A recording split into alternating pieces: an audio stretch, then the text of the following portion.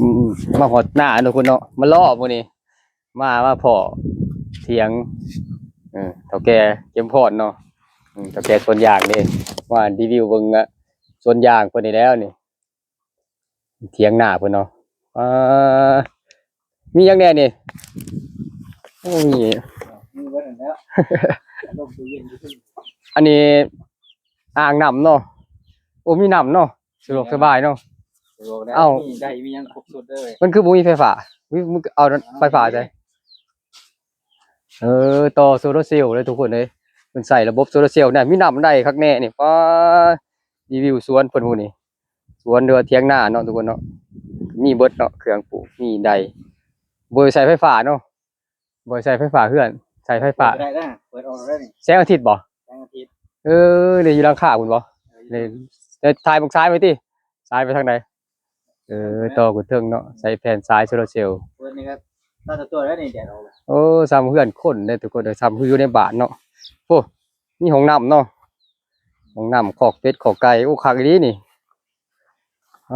เฉพาะเราบ่มือบ้านได้แล้วเราใส่สายหญ้าเราเข้มพรคนนอนหน้าแล้ววะก็พอนอนได้แล้วมีครบเบิดเนาะทุกคนเนาะสะดวกสบายนี่ห้องน้ำบ่บ่แล้วเบิ่งแถวๆนี้แหละโอ้หมูเหรอหมูยังหมูแม่บ่นี่ตัวนี้หมูเถอะเอาไว้ซ้ำไว้ซ้ำไว้แผลโอ้ปลูกคอกหมูเนาะยากเนาะเราบ่ให้ดินว่างดีแล้วทุกคนเลยยังสิมั่งกับไปปลูกอยู่นะอันนี้ว่านี่รีวิวเบิ่งสวนยางแล้วเนาะก็ปลูกปีนี้เนาะปลูกปีนี้ว่าพอ2 เดือน2 เดือนบ่นี่2 เดือนไปก็ซ้ำนี้เนาะยาง2 เดือนเนาะงามเนาะคนเนาะนี่แล้วปลูกจนเบิดได้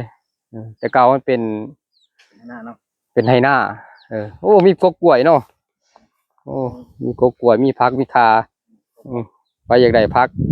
ไปเฮ็ดแกงเฮ็ดอบเฮ็ดหยังมาเอาอยู่พี่เด้อขี้งูไข่เนาะครบสูตรเนาะโอ้ถ้าเนาะยางเนาะหายางเบิ่งสวนยางบ่นี่นี่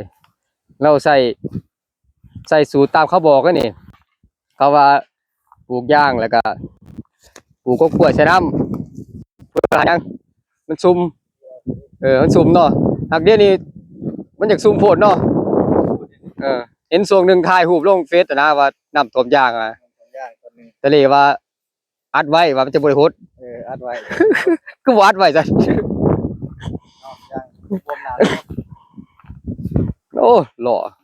ผู้ดีซำนี้เนาะยาง400 500ผู้ที่ปลูกผู้ใดแย่งผู้ใดเบิ่งโอ้ดีลึกเนาะเฉพาะคนนอนหน้าเนาะมาเบิ่งสวนเราพุ่นนี่พวกเนาะมีขวดจิรอเนาะใช่ตัวใดบ่เท่านี้บ่โอ้หลอกกะลายกับเมื่อยทุยให้ก็เป็นไหหน้าเนาะยังจะไหหน้ายังข้างในยังประมาณ6-7 ไร่แล้วมากินไหคักโอ้คักหลายปลูกให้แถมก่อยให้นำเราบ่ได้ใส่เสื้อมื้อนี้ใส่เสื้อมันงามแต่เราบ่ได้ใส่เสื้อมื้อนี้เราบ่จะเข้ากล้องให้เราถือกล้องให้เฮาแค่นั้นนึงเนาะมันบ่ได้รุ่นนั้นตัวเนาะ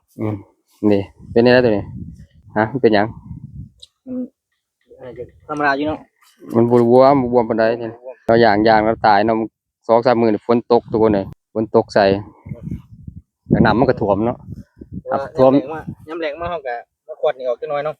ท่วมน้อยนึงบ่เป็นหยังท่วมน้อยนึงประมาณมันบ่ฮอด2 มื้อเนาะประมาณ1 มื้อมาเฮาก็บ่ให้มันดินบ่ให้มันท่วมตายเนาะเนี่ยมาบ่เป็นหยังมันคันเฮารดน้ำย่างมันคันถือมีน้ำเลี้ยงแล้วบ่ตายเฮาก็ปลูกกันเนาะเฮาก็ยินเขาบอกว่าฝนตกหลายมันบ่ตายอย่างเขาว่าคันมันแดดมันตายเขาว่าเนี่ยมันแล้วมันก็ตกหลายมันก็ตายแล้วก็มันท่วมหมดเลย15 มื้อบ่ได้ท่วมอย่างน้อยมันก็ศึกษามาแล้วยังไงแหละพวกกีด3 เดือนเขาสิแม่นได้บ่แล้วเฮาแม่นเนี่ยเพิ่นว่านี่เพิ่นเชี่ยวชาญนี่ก็มันก็ได้เชี่ยวชาญเป็นอย่างศึกษาก่อนเนาะศึกษาก่อนแล้วจะปลูกเนาะเสียบ่ได้ใส่เนาะใส่ก็บ่เป็นหยังโคตรเนาะ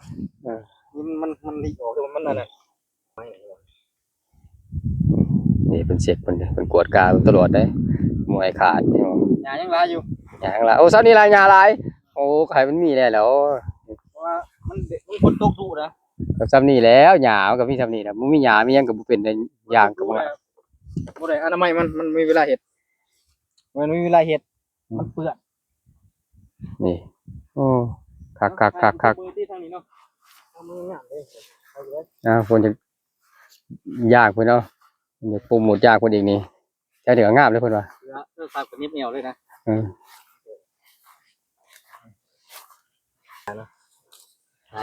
เอาโลก ใส่ปุ๋ยได้นี่ จักรู้บ่รู้เนาะทุกคนเนาะเสือก็บ่ได้ใส่ได้เราเฮ็ดเวียกนี่ปกติโย